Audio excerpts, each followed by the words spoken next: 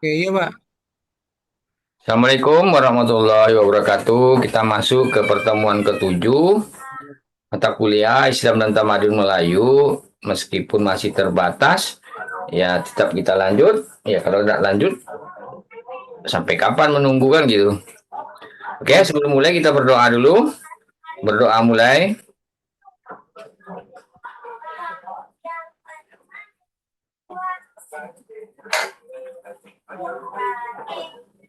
Berdoa selesai. Adrian, kita melakukan apersepsi dulu. Masih ingat materi sebelumnya?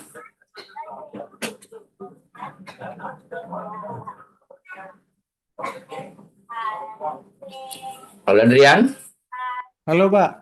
masih ingat Halo. kan? Coba ulas sedikit. Lakukan apersepsi dulu. Refleksi Pak ya tentang tadi Pak ya. Ya, bukan refleksi Itu ya, Pak tentang persepsi ya, mengulas lagi. yang sebelumnya Pak kan. Ya, yang sebelumnya. Oke. Itu Pak bahas Pak. Oke.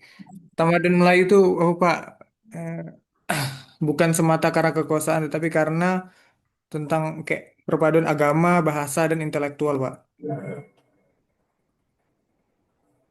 Terus, Itu Pak itu penuh marwah kan karena bahwa kepemimpinan sejati membangun peradaban yang berakar berakar dan nilai budaya dan agama untuk perkembangan ilmu Pak.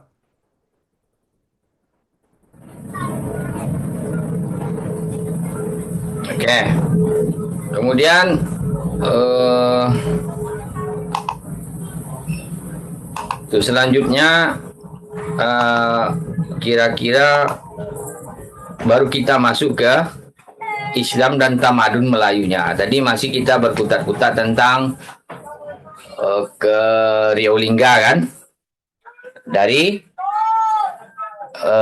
Sriwijaya langsung ke Ke Melayu di Malaka Pak. Malaka dan segala macam.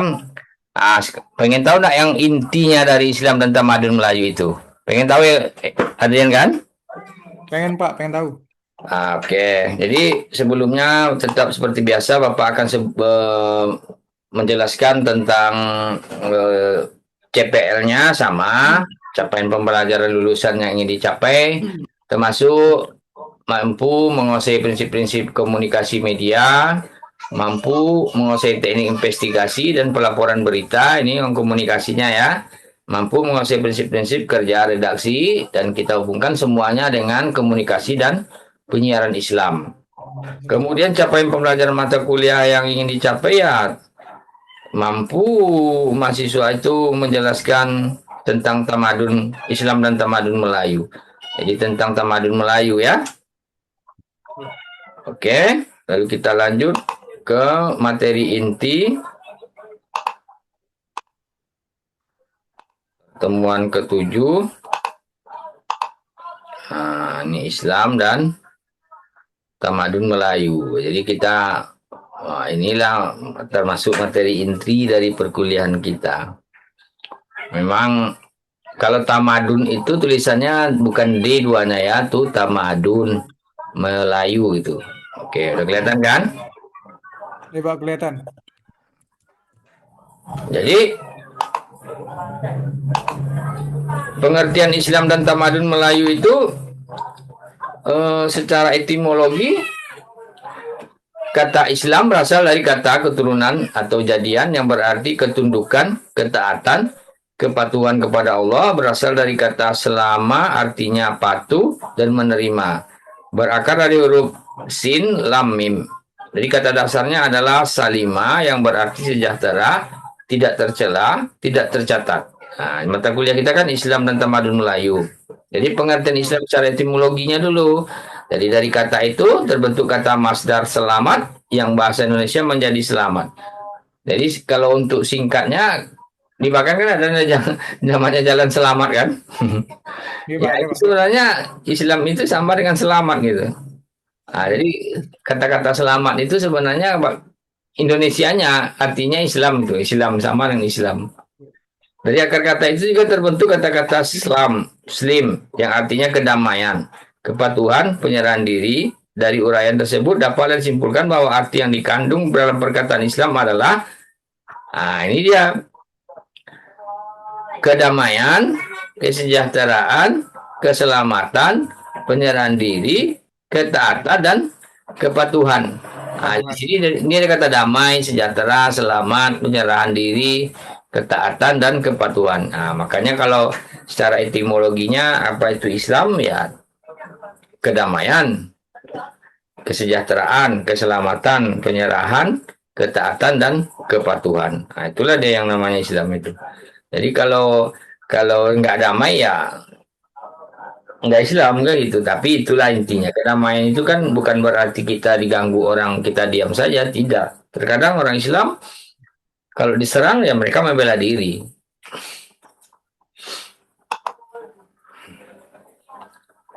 membela diri gitu.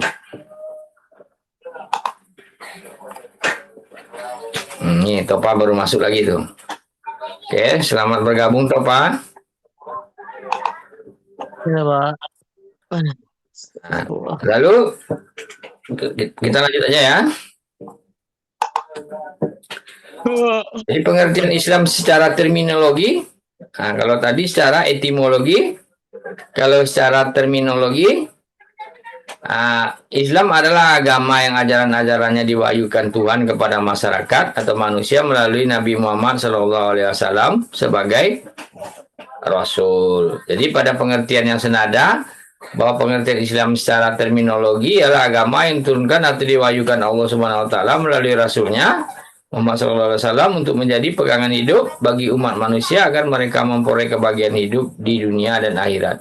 Jadi etimologi Islam, pengertian Islam secara etimologi dengan terminologi ini, kalau etimologi tadi kedamaian, kesejahteraan, keselamatan, penyerahan diri, ketaatan dan kepatuhan. Etimologi ya.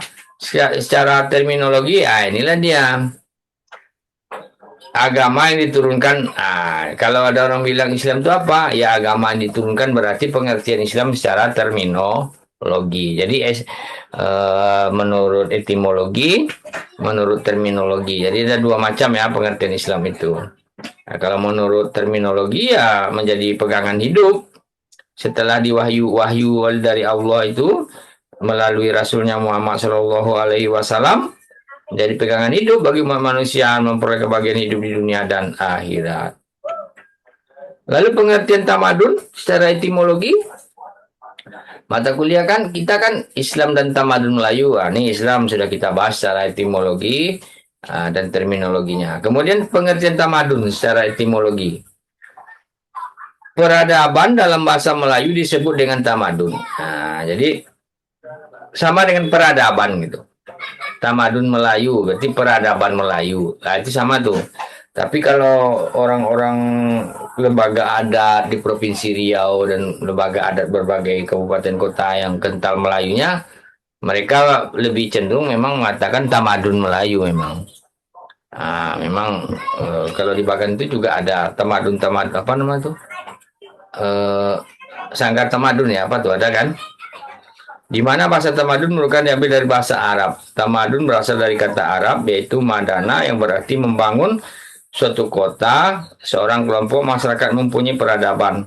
Sedangkan istilah lain yang sama seperti pengertian dengan tamadun, umran, badara, Madinah. Sedangkan dalam bahasa Inggris istilah yang hampir sama dengan tamadun adalah culture dan civilization. Gitu.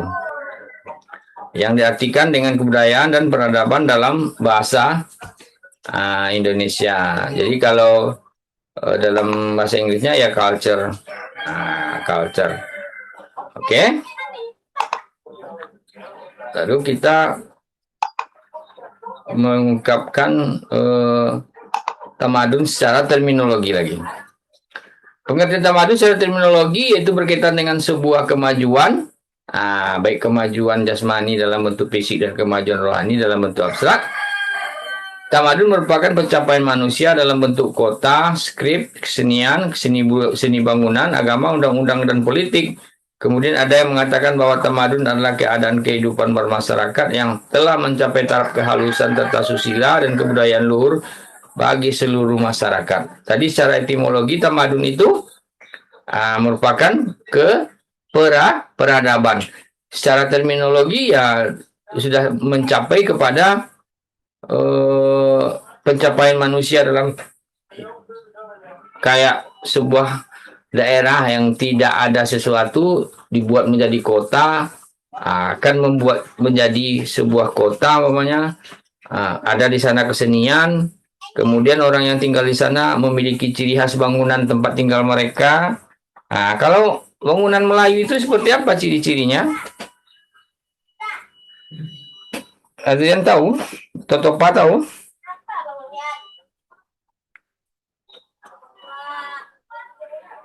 Kalau kalau seni bangunan ah, berbeda. Kalau di Sumatera Barat kan ciri khasnya begonjong itu. Kalau di kawasan Melayu ya segitiga seperti itu. Ada ciri khas rumah adatnya.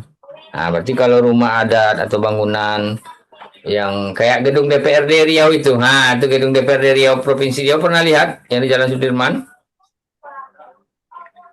Tuh Iya, paling Pak. Adrian pernah lihat gedung DPRD Provinsi Riau Waduh, yang di Jalan Sudirman yang besar itu? Udah pernah lihat? lupa dah Pak. Hah? Lupa Pak. Yang di Jalan Sudirman di depan museum.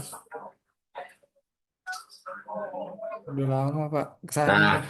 jadi itu salah satu bentuk bangunan Melayu. Jadi direfleksikan dalam sebuah bangunan DPRD Riau oleh arsiteknya dulu kan. Oke. Kemudian persentuhan Islam dengan tamadun Melayu itu, di mana dia menyentuhnya? Sejak semula Islam telah menunjukkan kemampuan sebagai ideologi, moral, budaya, politik, dan ekonomi yang kuat. Di mana Islam tidak hanya berbicara tentang doa dan ceramah atau persoalan hidup atau mati saja, tapi Islam telah meletakkan prinsip-prinsip tatanan sosial atau dasar persamaan keadilan, persaudaraan, dan kebebasan. Jadi bahwa Islam sejak diturunkan memang dimaksudkan sebagai kerangka doktrin yang mapan yang merupakan kode kehidupan yang selalu relevan dengan segala waktu dan ada ruang. Jadi seperti itu. Persentuhannya di mana?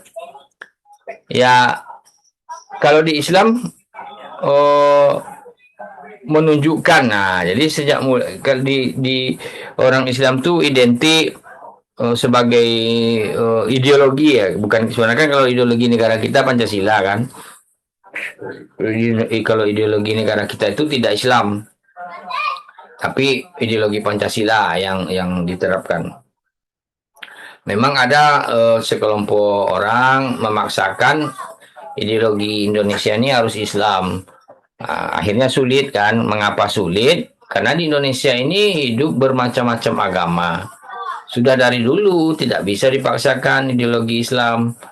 Seperti itu. Makanya dibuatlah sebuah ideologi Pancasila gitu. Jadi merangkum semua komponen, semua agama dan semua budaya, politik, ekonomi yang ada di seluruh Indonesia.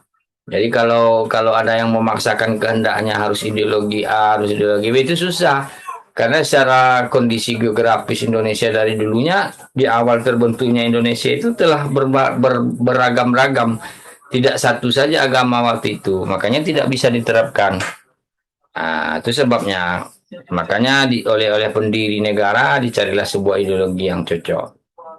Kemudian kalau dalam Islam itu tidak hanya berbicara tentang doa, tidak ceramah tentang persoalan hidup atau mati, tapi dalam meletakkan prinsip tatanan sosial atau dasar persamaan. Juga di dalam Islam itu ada membicarakan tentang keadilan, hukum ya. Kalau hukum Islam itu kalau mencuri itu tangan dipotong sebenarnya. Tapi kan tidak mungkin pula diterapkan. Karena negara kita tidak menerapkan hukum itu, tidak hukum Islam itu. Tapi sekarang ada KUHP baru kan, mencuri ayam, umpamanya nilai yang dicuri itu, kalau dulu pakai KUHP Belanda kan, KUHP Belanda itu ya, yang susahnya itu, kalau kita melapor sawit kita dicuri, polisi kadang nolak aja kan, nggak bisa Pak, karena sawit yang hilang tuh belum sampai 2,5 juta, karena memang warisan kuat Belanda tuh gitu. Nah, kalau dalam Islam untuk keadilan ini ya lain lagi. Main potong tangan aja kan, mencuri. Nah, jadi di situ bedanya. Nah, sekarang kuhab baru ya mungkin di angka 500.000 sudah bisa kayaknya kita melapor. Kalau kita mengalami kerugian bersekitar sekitar 500.000 ya sudah bisa diproses. Kemudian dalam Islam itu persentuhannya dengan tamadun Melayu itu ya persaudaraan dan kebebasan. Kebebasan ini ya berarti bukan berarti demokrasi gitu, bukan berarti bebas sebebas-bebasnya. Nah, jadi persaudaraan ya memang kalau setelah Islam masuk di kawasan Melayu, kekerabatan kita sesama Melayu, sesama umat Islam menjadi kental. Di sana memang oleh Islam eh, prinsipnya kalau Islam itu ya kalau sama-sama Islam itu dianggap saudara. Begitu pula doktrinnya. Nah, makanya kalau ada umat Islam di seluruh penjuru dunia terusik, maka umat Islam lain merasa terusik juga. Karena memang doktrinnya seperti itu. Jadi persaudaraan itu kalau sesama Islam ya dianggap saudara. Makanya kalau Palestina digempur Israel terus, nah, orang-orang yang mayoritas agamanya Islam di seluruh dunia itu akan marah memang. Nah, karena persaudaraan itu sudah terbentuknya dari peradaban dulu ya kayak gitu. Jadi sejak Islam diturunkan memang dimasukkan sebagai kerangka doktrin yang mapan. Nah, jadi diterapkan sampai sekarang memang untuk beberapa aturan-aturan yang ada di masyarakat. Terkadang memang kalau eh, di beberapa wilayah Melayu terkadang memang masih masih tidak terasa gitu kentalnya. Oleh karena itu berbagai kawasan di Riau ini beragam-ragam juga. Seperti di Kampar, nah itu mayoritas pengaruh dari Sumbar seperti yang kita bahas sebelumnya. Di Kuansing lebih kental pengaruh Sumatera Baratnya. Nah, jadi kalau dari di kawasan hilir sana dari kita dan Indragiri atau dari Inhu ke hilir kan, ke hilir arah ke laut kan. Nah, kalau dari sini Pekanbaru ke sana Siak segala macam Pelalawan. Nah, itu ya tuh kental Melayunya tuh. Sampai Bengkalis ya sama Rohil. Nah, kalau Rohul mengarah ke Sumatera Utara kentalnya. Nah, jadi ada tiga eh, pengaruh dominasi sesuatu culture namanya yang ada di Riau ini. Kalau di Rohul, nah, mereka tidak Melayu, tapi Melayunya kental juga di sana. Ada Melayunya, tapi ada pengaruh-pengaruhnya dari Sumatera Utara.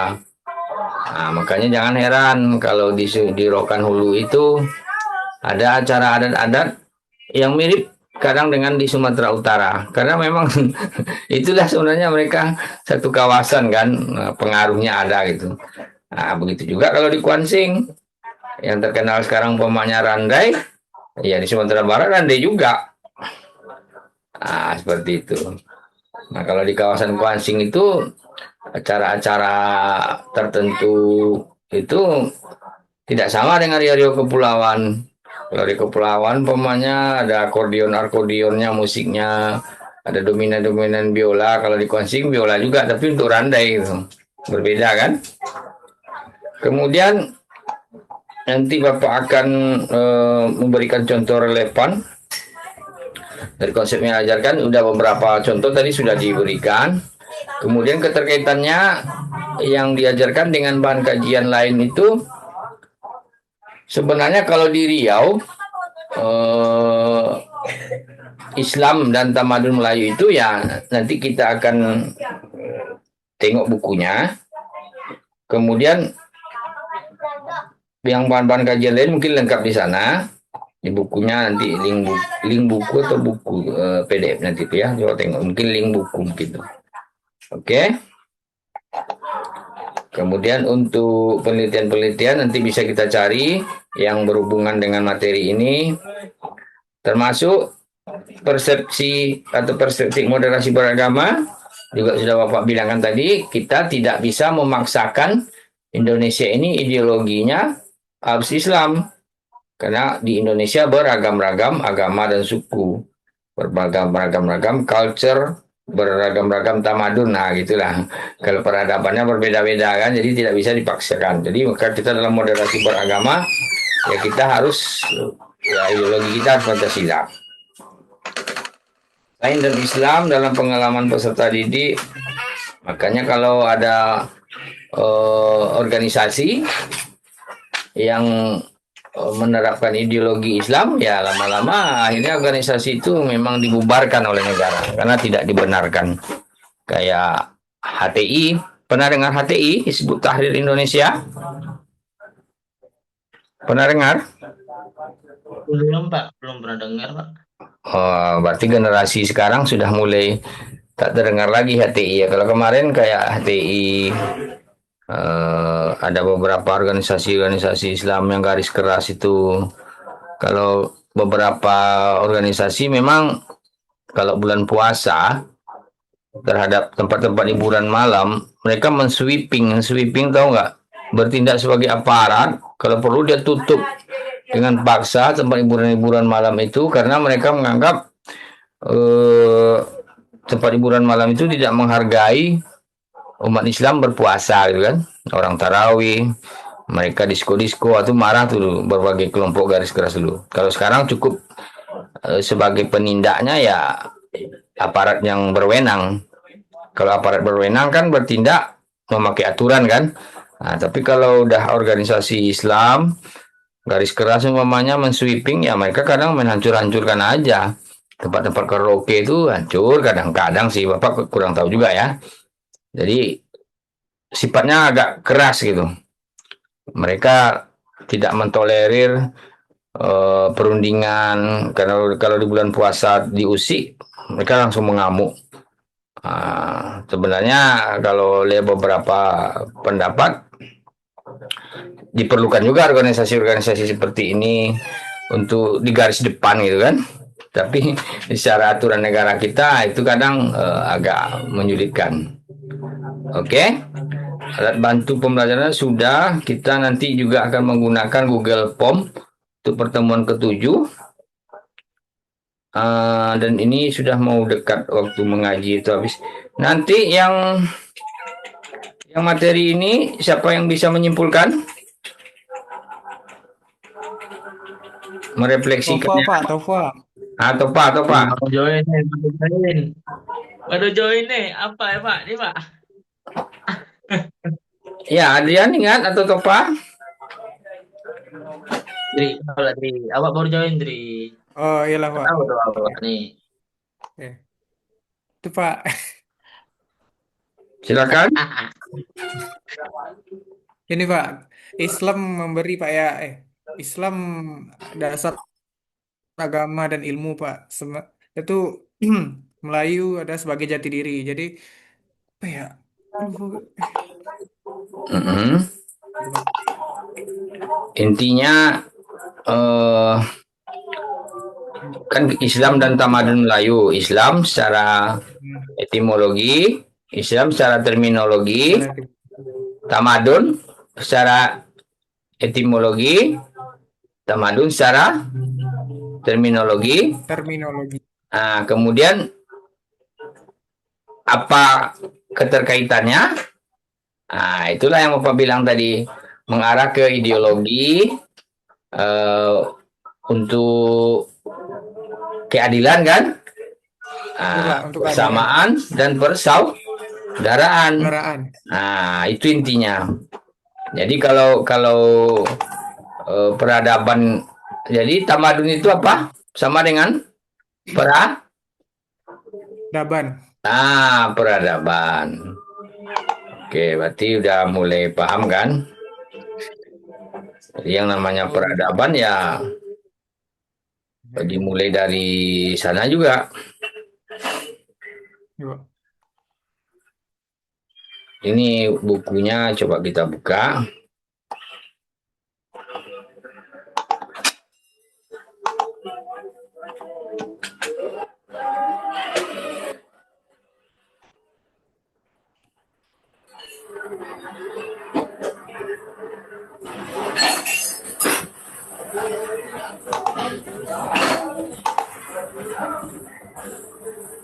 Ini kita coba share screen.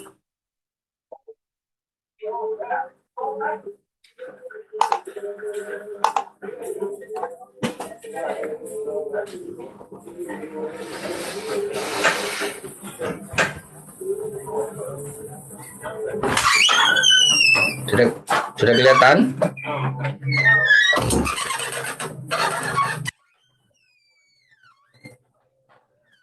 Sudah kelihatan? Disinilah persentuhannya nanti ya. Sini pengertian Tamadun Melayu. Link bukunya belum Bapak kasih ya. Ini Bapak kirim di grup ya.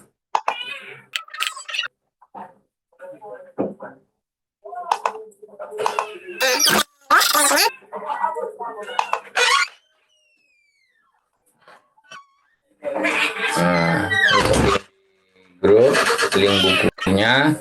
Jadi kalau ada tugas-tugas nanti lebih mudah.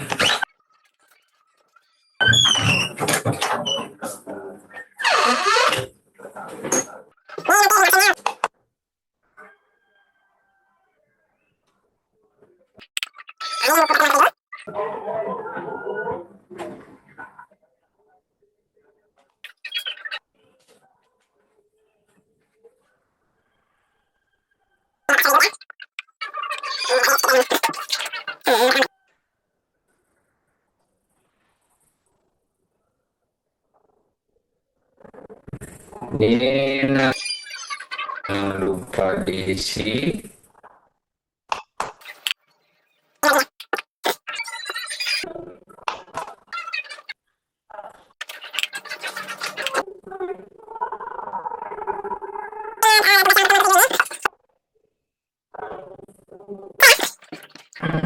Agak lihat sedikit jaringannya.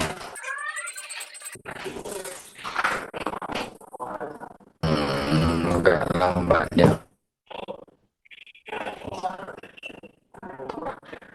Share.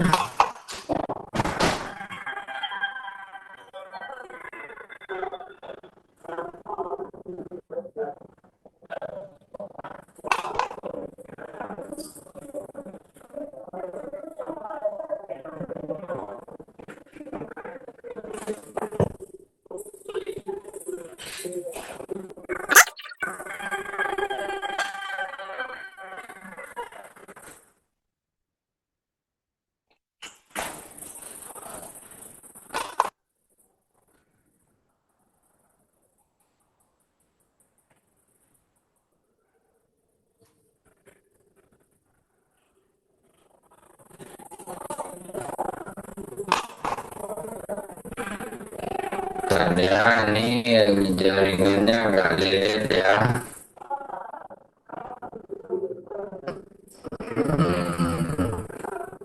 Agak loading dia.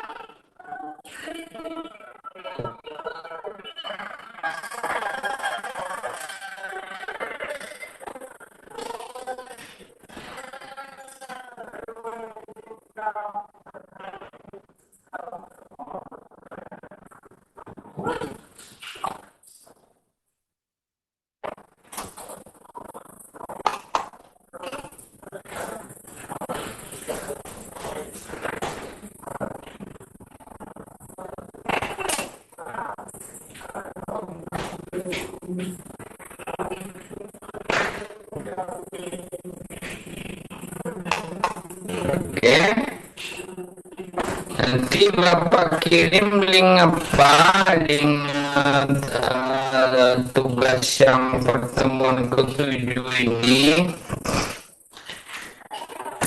karena waktu asar sudah masuk. Untuk UTS-nya kita lanjut siap masal ya.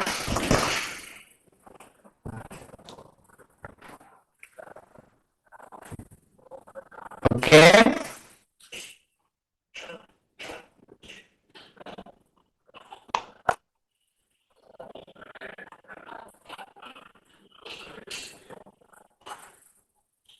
itu Pak.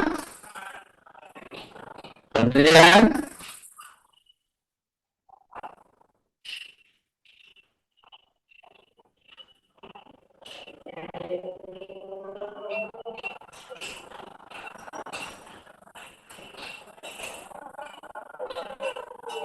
Iya Pak, hadir. Iya Pak.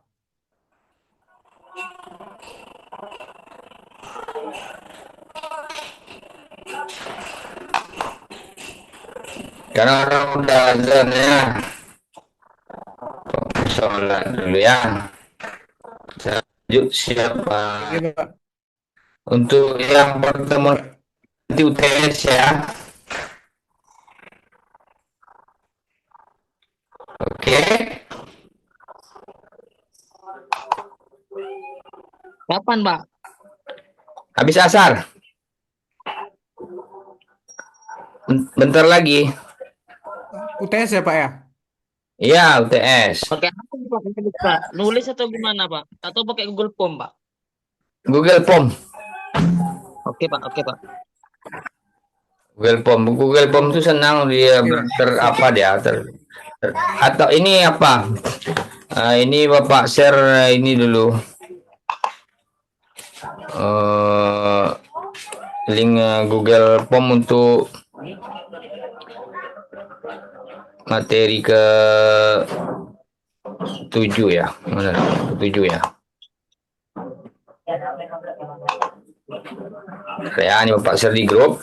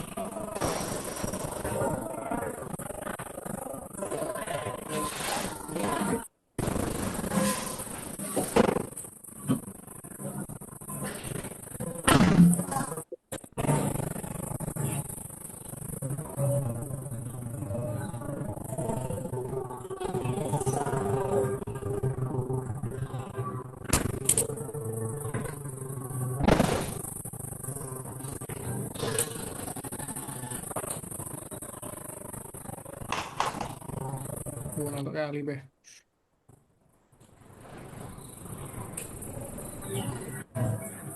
Kali. Cepet kali nih masuknya. Itu link tugas individu minggu ke-7-nya sudah Bapak share di grup ya.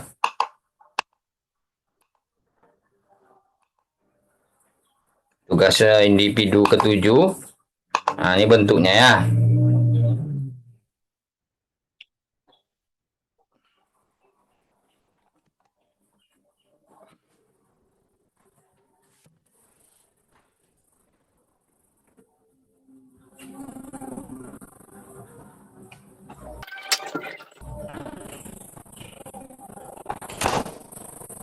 Kelihatan.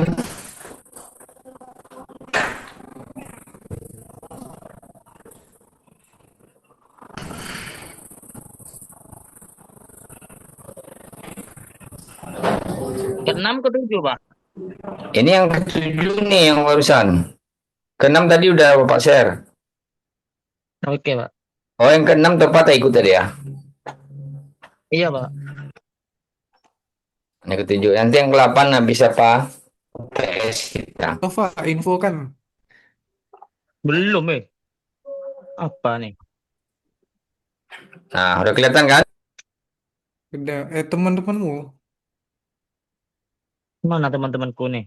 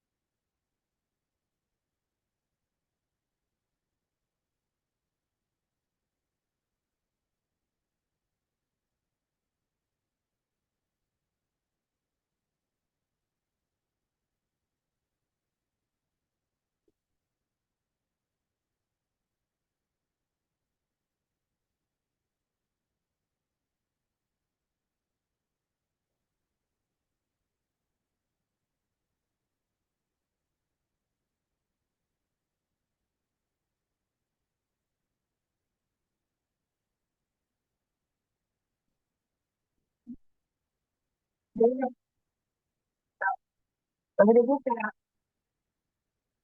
masih dibuka.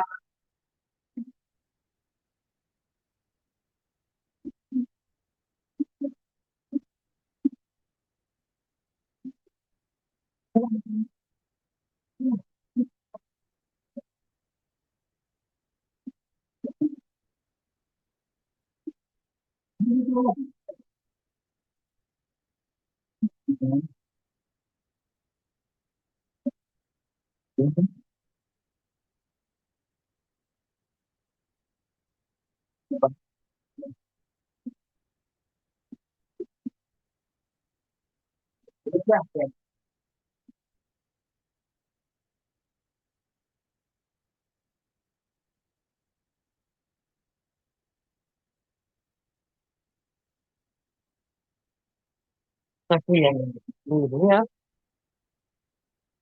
semua itu.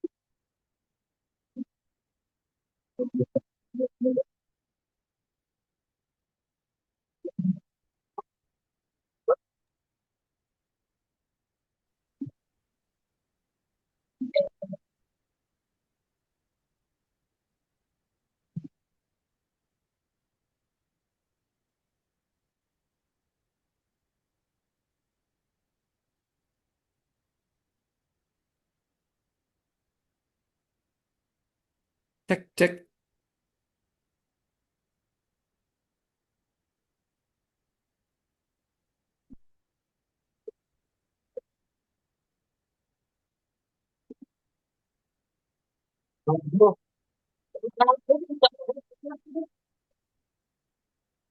Halo, halo, cek. Ngelek, ngelek ya?